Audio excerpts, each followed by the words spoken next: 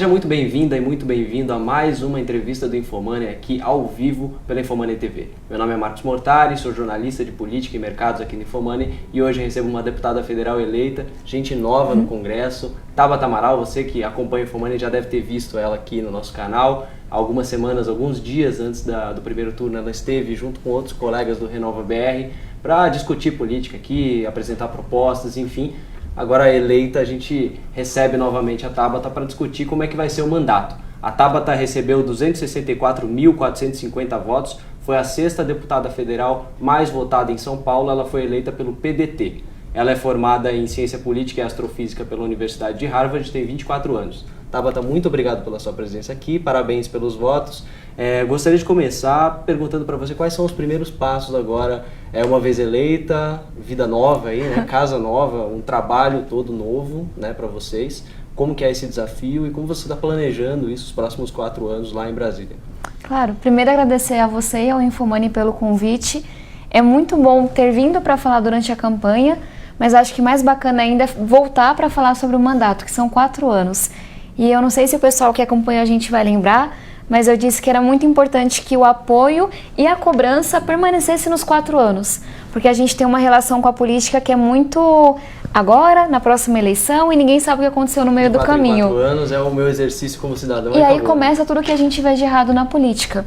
Então, falando um pouco do que eu estou fazendo, eu brinquei quando eu cheguei aqui que eu achava realmente que dia 8 de outubro começava o meu descanso. Mas não, só virou o dia e continua o mesmo trabalho. E aí por quê, né? Por que tanto trabalho? O que eu estou fazendo? A gente viu que a gente vai encontrar um Congresso muito dividido. Se fala muito em quão conservador será o Congresso, mas o meu foco é em quão dividido ele estará. As duas maiores bancadas, PT e PSL, estão em lados opostos dessa polarização. Tem muitas pessoas que foram eleitas sem proposta, sendo bem sincera, mas muito negando o outro lado, negando a política. E eu tenho um pouco de preocupação que essa polarização leve a uma paralisação. Então que a gente continue nessa briga, nesse fla-flu, mas que não se faça muito. Então um trabalho muito grande que eu vou ter nos próximos 4 anos é o de dialogar com pessoas dos dois lados, mas também com a população. E é isso que eu comecei agora. Então tem uma parte muito forte de preparação. Eu fui recentemente para uma conferência na Holanda, em que eu conversei com jovens líderes do mundo inteiro e voltei com ideias muito bacanas de saneamento, por exemplo, que não estava inicialmente no meu foco. Vou para o encontro de mulheres eleitas do mundo inteiro, em celebração aos 100 anos do sufrágio da mulher, agora em Londres. Preparação sobre gestão eficiente no governo, educação, porque eu tenho que estudar. É uma responsabilidade muito grande, eu tenho que ir atrás do que tem de melhor. Mas tem uma parte muito importante também que é de diálogo. Eu tenho que conhecer quem vai trabalhar comigo. Mesmo que a gente não concorde com tudo, é importante que eles saibam quais são minhas bandeiras, que eu conheça as deles. Então tenho uma agenda muito intensa já para conhecer os parlamentares. E a gente vai começar o nosso gabinete itinerante, que eu falei aqui na última conversa. Então, a ideia é que durante o mandato a gente leve informação política, ouça as pessoas, dialogue todo final de semana, que é algo um pouco diferente. O meu gabinete não começou ainda, então a gente vai ir nas cidades e bairros que mais votaram na nossa candidatura para ouvir um pouco as pessoas e falar um pouco de como será esse mandato. Então é um pouco do que eu estou fazendo, além de pensar gabinete. A gente quer fazer... Eu sei que vocês conversaram com o Felipe Rigoni e nós somos do mesmo movimento. Então a gente vai fazer uma seleção independente para colocar gente muito boa, muito qualificada no gabinete. A gente quer fazer um mandato compartilhado. Então, trabalhão. Mas estou muito feliz e muito animada e agradecida por poder fazer um pouco mais. Importante você ter tocado nessa questão dos movimentos, tá aqui na minha colinha, mas eu acabei esquecendo de falar. Você é uma das fundadoras do MAPA Educação e do Movimento Acredito, que o Rigoni também é um dos fundadores lá no Espírito Santo. Tabata, em termos de pautas suas, o que você quer apresentar logo nos primeiros dias lá na Câmara? Você tem ideia de apresentar um projeto logo de cara? Como que você pretende agir lá no Congresso, sendo uma de um universo de 513 parlamentares? Só na Câmara, né? Só na Câmara. Tem uma frase do Victor Hugo que eu gosto muito, que diz que nada mais poderoso do que uma ideia cujo tempo chegou. E essa mensagem, assim, guia a minha vida. Então, quando eu estou pensando quais são minhas pautas, principalmente a educação, que é uma pauta com a qual eu trabalho há tantos anos, vem 1 milhão de coisas na cabeça. Mas eu tenho que entender quais pautas vão chegar no momento em que elas têm chance de virar prioridade. Porque um desafio que eu tenho para os próximos 4 anos é sair da discussão rasa, polarizada, que, para ser bem sincera, é importante, mas não muda quando os alunos aprendem a ler e escrever, não impacta a produtividade, não impacta nada disso. E criar espaço para pautas que não têm glamour, para pautas que são importantes, mas que não estão aí na língua de todo mundo. E aí tem 3 pautas que, na minha concepção, o tempo vai ter chegado no próximo ano, que a gente vai ter que discutir sim ou não. Uma delas que a gente chegou a falar na última conversa foi a questão do financiamento da educação. O nosso Fundeb, que é o Fundo da Educação Básica, ele vence em 2020, ele vai começar a ser discutido no próximo ano e tem pouca gente falando sobre isso. Falando da importância do Fundeb, falando sobre como a gente pode atrelar alguma parte dele à implementação de boas práticas. A gente comentou naquela época sobre como que a gente pode usar o Fundeb para acabar com a indicação política, que ainda é tão comum nas escolas públicas, principalmente municipais. Tem a questão do ensino médio, que a gente teve uma medida provisória, mas nada foi regulamentado, a gente não tem ainda um orçamento, uma previsão de como que isso vai acontecer, e eu acho que vai estar na hora de escutar educadores, escutar alunos pela primeira vez, e pensar em um ensino médio, em que aluno de escola pública consiga competir com aluno de escola particular em pé de igualdade. A gente tem que falar de horas, por exemplo, um aluno de escola pública tem em média 2 a 3 horas de aula por dia, escola particular integral, e aí a questão dos professores, que eu acho que já vem borbulhando, mas está começando a ficar evidente que a gente não tem professor suficiente na rua. Escolas estaduais já não conseguem professor de química, física, às vezes português, porque falta, porque ninguém quer seguir essa carreira. Então tem que falar de formação, vai ter que falar de avaliação, de desenvolvimento, de salário. Então são 3 pautas que eu acredito que dá para enfrentar nesses 2 primeiros anos pelo menos, porque alguém vai ter que falar sobre elas. E aí vai ser uma batalha gigantesca para criar espaço para pautas que não estão na polarização, mas que são muito mais importantes do que as que estão. As pesquisas hoje para a eleição presidencial estão indicando o Bolsonaro com um favoritismo muito grande, né? A tendência é que ele seja eleito, salvo alguma exceção, algum movimento muito inesperado de última hora, né? Sempre tem movimentos de última hora, mas não dessa magnitude, né? Alguma coisa que tire 18 pontos percentuais em 5, 6 dias. Levando em consideração essa pauta de educação, a gente percebe que tem uma diferença muito grande entre o que você apresenta como as suas pautas e o candidato Jair Bolsonaro. Algumas medidas até com escola sem partido, a questão do ensino à distância já logo na educação infantil, essa própria pauta do Fundeb, eu acho que ele até o momento não se manifestou sobre isso. Então, você teme algum enfrentamento que possa causar aprovação de medidas que você não concorda? E como que você vai tentar trabalhar para evitar esse tipo de agenda que na sua ótica seriam negativas? Eu me dei o trabalho de ler a proposta de educação do Bolsonaro e eu fico muito triste e preocupada com o que eu vejo. E acho que vale falar, é sim importante discutir como temas como escola sem partido são preocupantes, e eu sou contra porque é impossível de aplicar, é muito perigoso colocar isso na mão de um governo, não é a solução, mas eu só quero chamar atenção para um ponto um pouco diferente, que geralmente não aparece no debate. O Bolsonaro traz propostas muito polêmicas com as quais eu sou contra a grande maioria.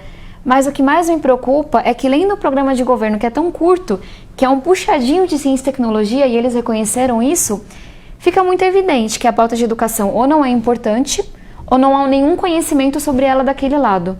Porque quando a gente fala de educação, tem que falar de professor, tem que falar de formação, tem que falar de financiamento, tem que falar de gestão. E não ver coisas que são tão fundamentais para a educação naquele plano, para mim manda 2 mensagens. Há um grande desconhecimento sobre o que faz a roda girar na educação e realmente há uma grande sensação de que aquilo não é importante. E a principal mensagem que vem é: vamos militarizar a escola pública. E sem falar da parte de direitos humanos, que eu acho que é relevante, vamos falar de uma outra parte que é diferente. As escolas militares que eu conheço também dão certo porque são seletivas. Como qualquer escola que seleciona, que faz uma prova para escolher os alunos, é muito mais fácil trabalhar com aquele público. Não, se a gente replicar o que está lá no Brasil inteiro, não vai ter o mesmo resultado. Então, acho que um pouco do papel que eu vou ter, além de brigar onde eu acho que não faz sentido e vou brigar com força, é criar espaço para coisas que não estão lá.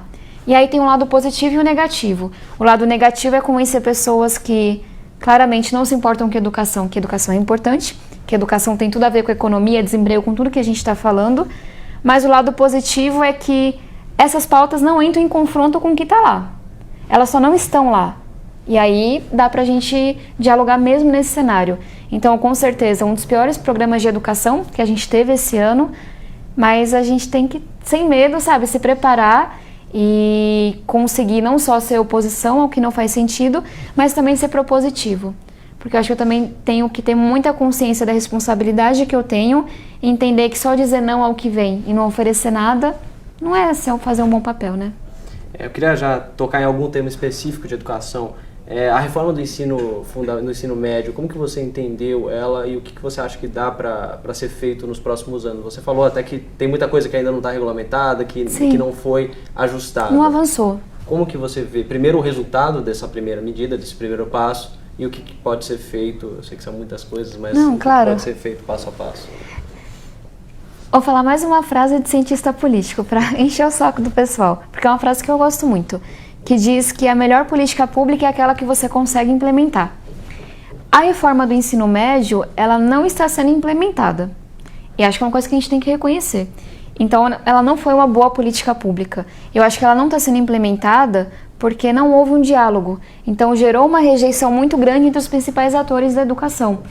Como que a gente faz? Às vezes, vale a pena você voltar um ano em uma política pública, mas fazer algo que vai para frente, que não fica na gaveta 10, 20 anos.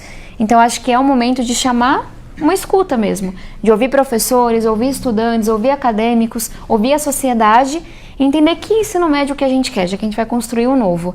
A partir desse momento, fazer algo que as pessoas queiram implementar, que faça sentido. E aí, falando da minha visão, Tabata, para esse ensino médio, eu toquei mais cedo sobre a questão da carga horária. Um aluno de escola pública sai com média de 2, 3 horas de aula por dia, experiência própria. Um aluno de escola particular já tem um ensino integral. Matematicamente eles não competem. Então essa é uma coisa, para mim tem que ser de tempo integral. Isso sem contar com a formação dos professores, que é muito diferente. Exatamente, a gente só começou a falar de algumas coisas. Uma outra é a questão da profissionalização. O desemprego afeta majoritariamente os jovens, que saem do ensino médio sem nenhuma preparação para a vida, não é nem para o mercado de trabalho, a gente tem que falar sobre isso. E uma formação mais ampla. Está mais do que evidente que português, matemática e biologia não gera os melhores alunos, os melhores, os melhores trabalhadores, os melhores, o que seja. Então a gente tem que falar de artes, tem que falar de esporte, tem que falar de uma coisa interdisciplinar.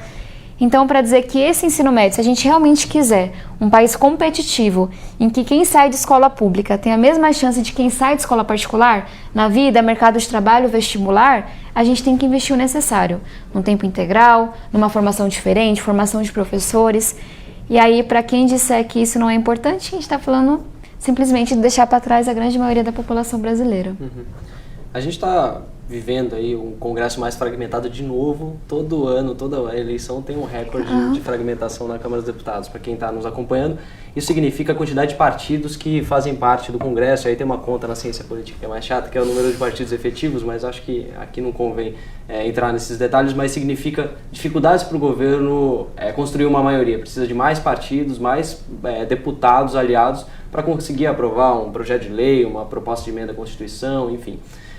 Dado esse quadro geral de fragmentação, e ainda assim, outro ponto, que é a questão da renovação. A gente teve novos rostos mesmo nesse Congresso, nessa Câmara, foi a maior taxa de renovação dos últimos 20 anos, segundo o próprio DIAP, que fez um levantamento. Ao mesmo tempo, muita gente questiona até que ponto isso foi uma renovação efetiva, né? Essa já é uma discussão também velha na política, de uma certa forma. Como você espera fazer uma diferença e tentar implementar uma nova política, e quanto de receio você tem de acabar refém desse sistema para tentar ocupar a Comissão da Educação, por exemplo, que faz todo sentido para a sua campanha? Como jogar esse jogo nessas condições, né, em que você é uma parlamentar num grupo de 513, você tem os seus objetivos próprios, você tem os seus eleitores que depositaram confiança em você e, ao mesmo tempo, tem um sistema todo que funciona numa outra lógica. Como jogar isso, né? Uhum. Acho que vale explicar um pouco para quem está acompanhando a gente o que vai acontecer nos próximos meses. A gente teve pela primeira vez uma cláusula de desempenho. Então, partidos que não conseguiram um número de deputados, uma porcentagem de votos, eles deixarão de ter acesso a recursos públicos, a tempo de TV, a participação em debates e por aí vai. Então, nos próximos meses, vai ter uma grande movimentação. Vai ter muita gente saindo dos partidos pequenos, que elegeram menos de 9, 8 pessoas, e indo para alguns partidos. Vai ter partido fazendo uma fusão. Então, hoje é difícil saber exatamente quantos partidos estarão representados lá, mas muita coisa vai mudar. E até se espera que bancadas como a do PSL aumentem nos próximos meses. Então, o cenário ainda está muito mais incerto do que o que a gente acha. Mas, ao mesmo tempo, vemos muita dificuldade das lideranças em comandarem os liderados dos partidos. Né? Então, mesmo que diminua no número de partidos, o jogo ainda difícil, né? E aí, esse é um ponto que é importante dizer, que muitas pessoas, de novo, foram eleitas sem propostas.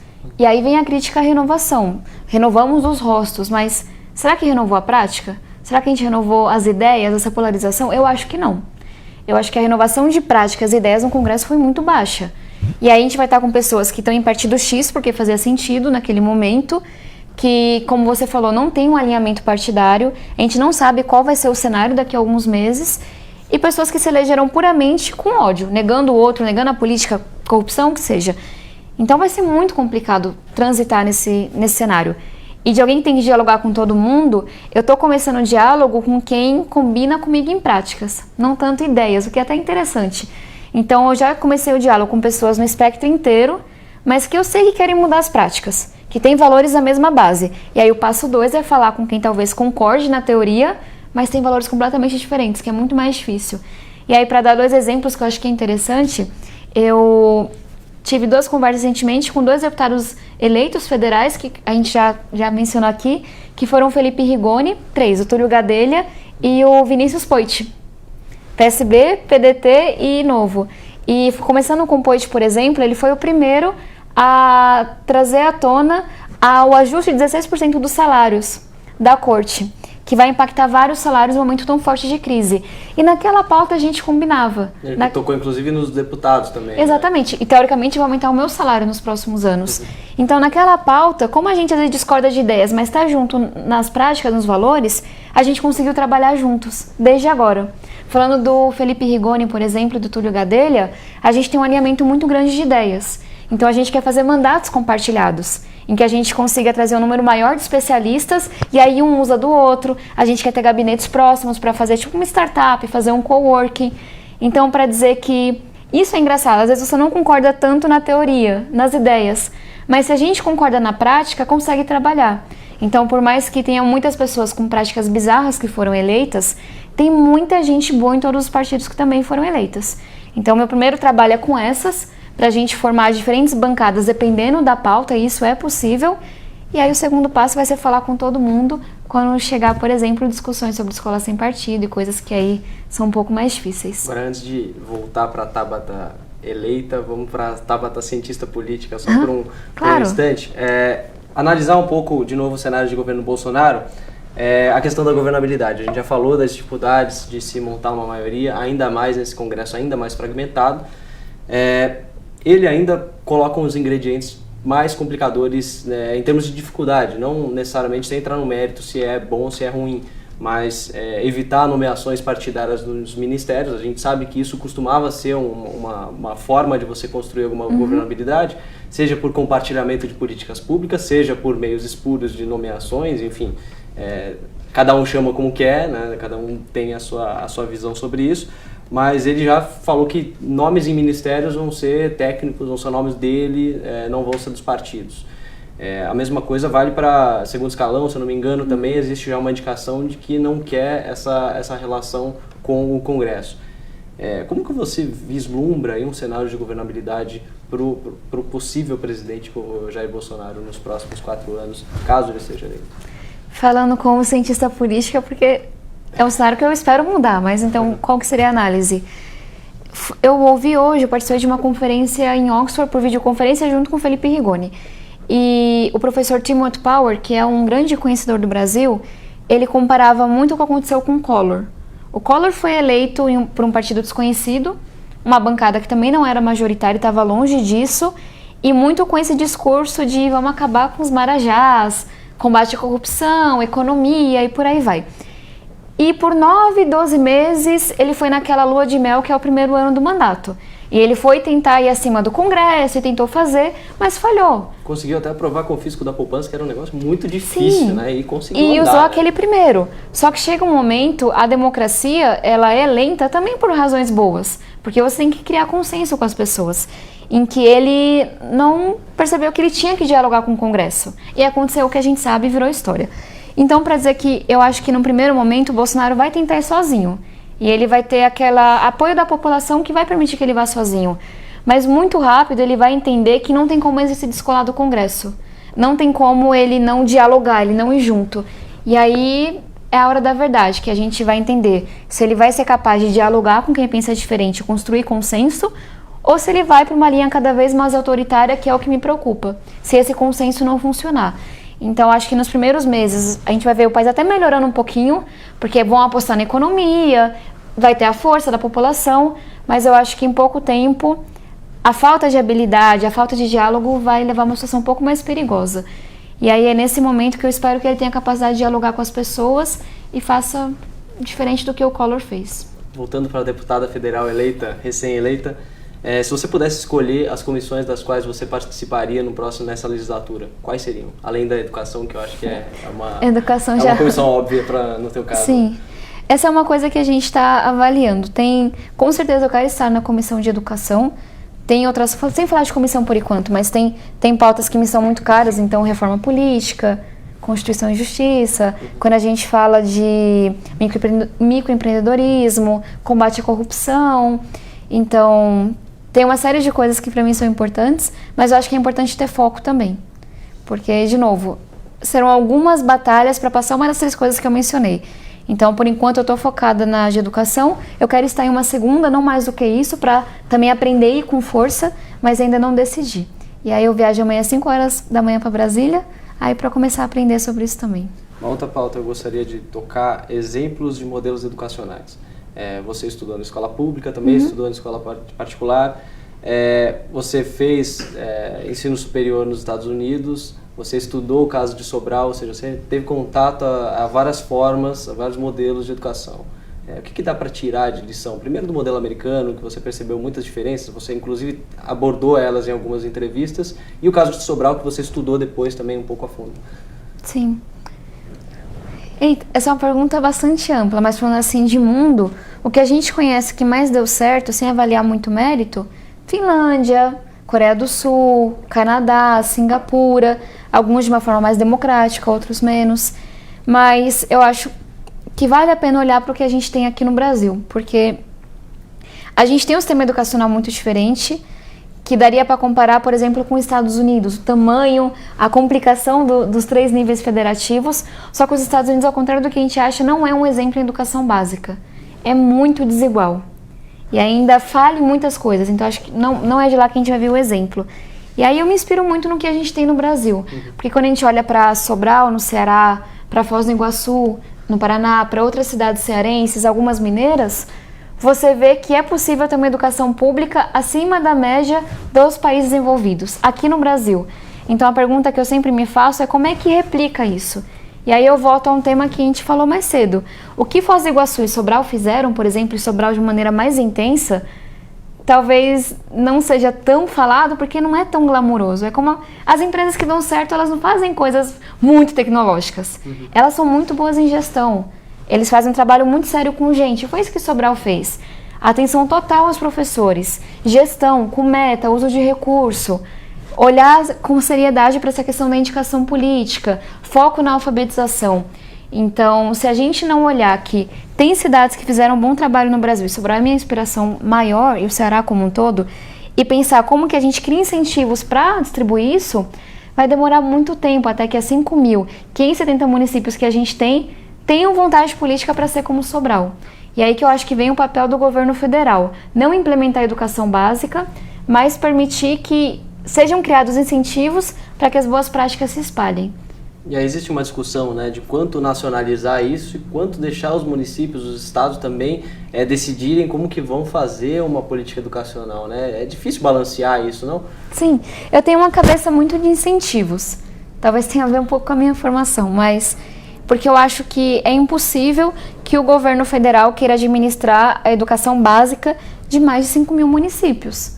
E eu penso muito no que é factível, no que a gente dá conta, no que faz sentido. Não dá. Agora, o que não pode fazer é a gente também não se intrometer na direção, para onde vai.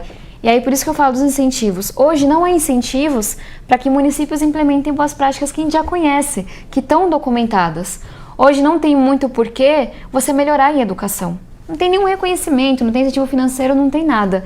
Então, enquanto eu acredito que a implementação, a gestão, ela só vai acontecer na ponta, porque a nossa vida acontece na cidade, né? Não é em Brasília. O governo federal tem que fazer muito mais em gerar os incentivos corretos, para que aí sim municípios corram atrás e tentem fazer de sua maneira. Porque quando você trabalha no incentivo e não só na implementação, você permite até que as pessoas sejam criativas. A meta está aqui, o objetivo está aqui. Cada um encontra a melhor maneira e a gente começa a gerar ainda mais boas práticas. Então, um pouco da visão que eu tenho, até porque eu acho que é muito importante que o Estado esteja muito presente em saúde, educação, segurança, mas que tenha uma visão um pouco mais gestora da situação. E se a gente ficar tentando colocar o B dele em todos os lugares, a gente não dá conta. Mas se a gente tiver um sonho muito grande para onde a gente deveria estar em saúde, educação, segurança, e der o apoio, e der o financiamento e ajudar, os municípios correm atrás e alcançam. Pelo menos é a minha visão. Tabata, em economia, que é um tema bem caro para o nosso leitor, o pessoal que nos acompanha, saber de, primeiro, a questão fiscal, o que é possível fazer. A gente vive um momento fiscal bem complicado no Brasil, uma sucessão de déficits fiscais, uma reforma da Previdência que não é consenso ainda em boa parte aí dos seus colegas parlamentares, muitos deles ainda não concordam aí com a possibilidade, com a necessidade de se fazer uma reforma da Previdência, então seria um passo inicial para discutir exatamente o que é possível fazer, e outra qual é o modelo. Cada um tem o seu, é que nem reforma política, ou talvez até pior, né? Acho cada que é pior. Um tem o seu próprio modelo, cada um acha que tem que cortar de um lado no outro. Qual que é o seu modelo e quais são as suas avaliações sobre esse tema? Eu gosto como você colocou a pergunta, porque às vezes as pessoas entram em brigas sobre idade mínima e não falam de coisas mais gerais, sabe? Para onde que a gente quer ir? Então, com certeza, precisamos de uma reforma da Previdência. E até trazendo um pouco do que a gente conversou da última vez, eu falei do quanto não faz sentido a gente fazer uma reforma da Previdência do setor privado, excluindo o setor público, e não fosse suficiente aumentando os salários dos cargos mais altos do funcionalismo, porque os mais baixos não recebem bem. Então acontece lá nos super salários.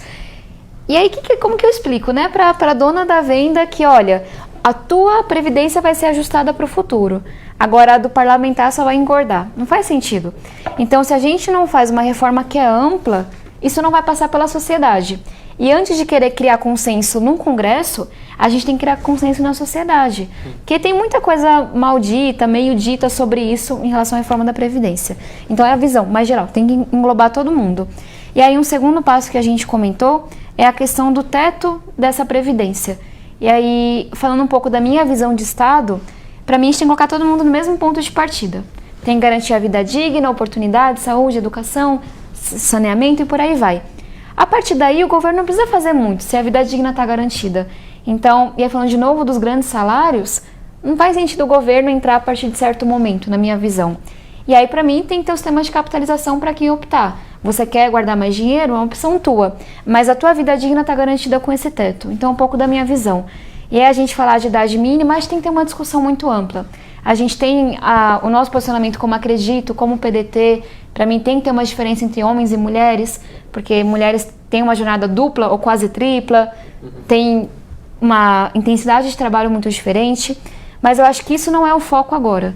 Na minha opinião, a gente tem que focar em criar esse consenso grande, é necessária, tem que abarcar todo mundo, até um certo ponto faz sentido, depois não tanto, porque se a gente começa a brigar nos detalhes, a gente perde uma grande oportunidade. Tabata, já agradecendo muito sua presença aqui, eu queria fazer uma pergunta mais dos seus eleitores, se tiver, alguns devem estar nos acompanhando nesse momento, dos 264.450 votos que você teve. Como acompanhar o seu trabalho agora nesses próximos 4 anos? Como que você dá a recomendação, o que eles têm que fazer, como eles podem trabalhar também pelas suas pautas no dia a dia, pela educação de alguma forma, enfim. Não, com o maior prazer. Para todos os seus eleitores, como que faz para acompanhar o seu trabalho? São 3 maneiras principais. Então, uma delas, que é a mais fácil, é acompanhar pelas redes sociais. Eu tô sempre... E acho que até é legal porque eu tô contando como que é esse processo. Então, amanhã eu vou mostrar como que vai ser a visita a Brasília, como que é a burocracia para você tomar posse, quais são as conversas, porque eu acho que a política fica muito distante da gente. E é importante ter essa aproximação. Então, acompanhar pelas redes sociais, participar das lives, curtir, comentar, compartilhar essas coisas. Uma segunda coisa é baixar o Poder do Voto, que é um aplicativo muito legal, que você pode acompanhar um parlamentar por vez. Espero que vocês escolham me acompanhar, que você vê como a pessoa está votando, pode dar a sua opinião e mais do que isso, saber quanto aquela pessoa de fato está te representando. Então, se chega um momento que você está votando muito diferente do teu representante, o aplicativo te recomenda escolher outra pessoa. Eu acho que é super legal, porque a gente usa pouco essa palavra representante. E eu quero que as pessoas que estão me acompanhando, que votaram ou não em mim, vejam em mim uma representante de suas vidas, de suas causas. Então essa é a segunda coisa. E a terceira é o gabinete itinerante. Então, quando o gabinete chegar na tua cidade, no teu bairro, vai chegar, são 4 anos, então a gente vai, o estado inteiro participa. Pode parecer assim, nossa, mas é importante, porque também é nossa culpa como a política ficou. Então vai ter aula de formação política, vai ter discussões sobre os temas mais importantes do país, e acho que uma parte muito legal é que quem participar vai poder discutir comigo as votações que eu tenho naquela semana, e levar um pouco as demandas, como que está a vida naquele bairro. Então vai ter muito jeito de participar. O que eu não quero é ninguém dizendo daqui 4 anos que não acompanhou porque não quis. Porque a gente tem que se engajar mais com a política e tomar o nosso futuro de volta. Lembrando também que o pessoal pode acompanhar os discursos pelo site da Câmara, todas as plataformas já existentes, ler o Infomoney também, que a gente vai ficar de olho também no mandato de todos os 513. Enfim, Tabata, muito obrigado. Queria que você desse uma mensagem final aí para os seus eleitores e para quem nos acompanha sobre o que você espera para os próximos 4 anos. Tá ótimo. Pessoal, primeiro agradecer por vocês terem acompanhado. Eu lembro de pensar muito na campanha. Todo mundo acha que política é chato. Então o papel que eu tenho é mostrar que não só ela é super importante, mas também é interessante e pode ser diferente. Então muito obrigada. E aí aproveitar e falar um pouco do sentimento que a gente tem esse ano. A gente vê muito, eu vivo isso muito no dia a dia, como que as eleições tornaram algo ruim, né? Como que elas geraram brigas e separaram as pessoas. E não é isso que política, sabe, funciona. A política está aí para unir as pessoas, para que a gente possa tornar aspirações que a gente tem no coletivo, como um conjunto, em ações de fato. Então, eu acho que a gente tem que respeitar a opinião dos outros, mas passado o segundo turno a gente tem que se unir. Eu estou preocupada com a democracia do Brasil e venho dizendo isso porque eu quero estar sempre discordando, mas podendo discordar e podendo, sabe, fazer a diferença. Então, o meu convite a vocês é sobrevivam os próximos dias, que são tão difíceis, continuem falando sobre a opinião de vocês, que também é importante, mas não se esqueçam que em 29 de outubro a gente tem 4 anos para realizar. Então, independente da pessoa em que vocês votaram, vamos continuar lutando pela democracia, lutando pela educação, por um país que é mais eficiente, que é desenvolvido, que é ético, e para isso, independente de quem estiver lá, a gente tem que fazer a nossa parte. Eu só não quero ver metade da população fazendo de tudo para não dar certo porque não votou. Porque vai ser assim, metade não votou em quem vai estar lá. Então eu espero que a gente consiga colocar o Brasil um pouco à frente de tudo que está acontecendo. Conto demais com vocês. Quem votou em mim, muito obrigada pela confiança, pelo apoio, pelo carinho. Quem não votou, são chamados também a participar. Baixa o aplicativo, acompanha pelas redes sociais e vamos se engajar mais. Eu dizia muito na campanha que a gente tem que tomar a política de volta e não deixar só com os políticos. Então eu convido vocês a tomarem a política de volta e se verem nesse espaço que é de todo mundo. Então, mais uma vez, muito obrigada. Tabata, obrigado pela sua presença mais uma vez aqui. A você que nos acompanhou, muito obrigado por nos brindar aí com a sua audiência. Esperamos contar com a sua participação no nosso próximo programa.